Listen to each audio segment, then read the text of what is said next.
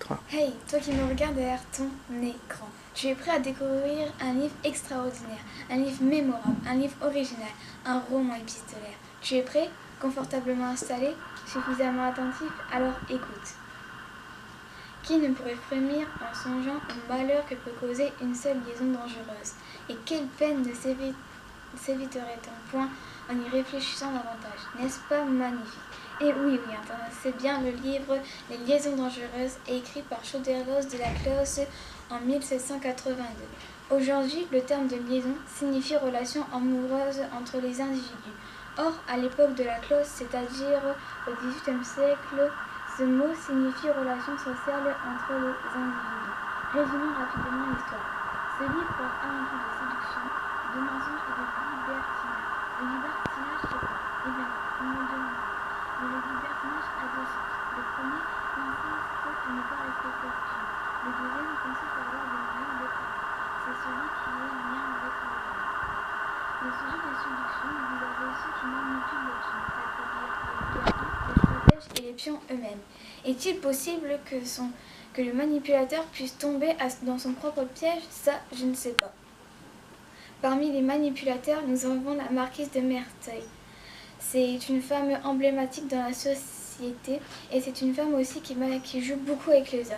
Nous avons aussi la figure emblématique de la séduction, c'est-à-dire Valmont, qui séduit de nombreuses femmes, comme la jeune et naïve Cécile de Volanges, la prude et vertueuse présidente de Tourvel et Émilie. Quel personnage! Alors, comment se déroule ce jeu? Je vois Cécile de Volanges qui sort du couvent et qu'elle apprend qu'elle va se marier avec le vicomte de Grécourt qu'elle ne connaît absolument pas. Et c'était la mode à l'époque. Et c'est bien une triste mode. Par contre, il y a quelqu'un qui est gêné. C'est la marquise de Merteuil, car le vicomte de Grécourt était son ancien amant. Donc elle va tout faire pour la manipuler comme un jouet. Et elle y arrivera. Pour cela, elle demanda au vicomte de Grécourt et au chevalier de Doncy. Attendez, vous savez qu'il y a un pacte entre la Merteuil et le vicomte de Doncy, c'est-à-dire que si Valmont arrive à séduire Cécile, Merteuil se mariera avec. Et elle n'a vraiment pas froid aux yeux, cette Merteuil. Par contre, de son côté, Valmont, lui, est en train de séduire la présidente de Tourvel, qui est une femme déjà mariée. Et bien sûr, elle ne refusa. Et c'est bien sûr une femme emblématique dans ce livre, car elle ne se laisse pas facilement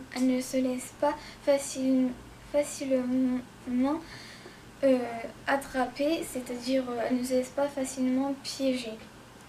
Mais à la fin, elle tombera quand même amoureuse de celui-ci. Et Valmont aussi. Valmont a-t-il du cœur? Ça, dites-le moi. Ensuite, j'ai bien aimé ce livre car il est sous forme de lettres. Ensuite, on lit beaucoup les idées des différents personnages comme Valmont, Cécile et Merteuil. On est à l'intérieur de leur pensée.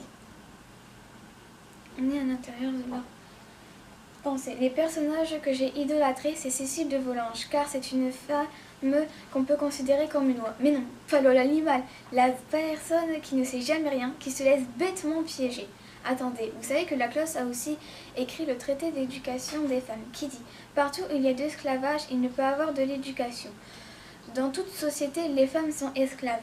Donc la femme sociale n'est pas susceptible d'éducation. Alors ne soyez pas désolés, ne soyez pas naïfs, ayez l'esprit libre et critique. La femme doit se défaire des liens qui la retiennent prisonnière et être l'égale à l'homme. Le savoir, c'est le pouvoir. Être dans l'ignorance, c'est rester prisonnière. » Alors j'ai moins aimé, je le dis tout le temps, mais il y a vraiment des mais dans ce livre. J'ai moins aimé car il y a certains mots qui sont pour moi un peu utilisés, un peu anciens. Par contre, j'ai bien aimé que la mise en page de ce livre est aérée, car bien sûr, il est sous forme de lettres. Mais quelques illustrations m'auraient beaucoup plu. Maintenant, je vais vous lire un extrait que j'ai beaucoup plu. Ça s'intitule de la lettre 12. Maman est incomprenée. Madame, elle ne sortira point. Il faut que je lui tienne compagnie. Ainsi, je n'aurai l'honneur de vous accompagner à l'opéra. Je vous assure que je regrette bien plus de ne pas être avec vous que le spectacle. Je vous en prie, persuadez, je vous aime tant. voudriez bien dire à monsieur le chevalier de Donsey que je n'ai point le recueil dont il m'a parlé, et s'il peut me l'apporter demain, il me fera un grand plaisir.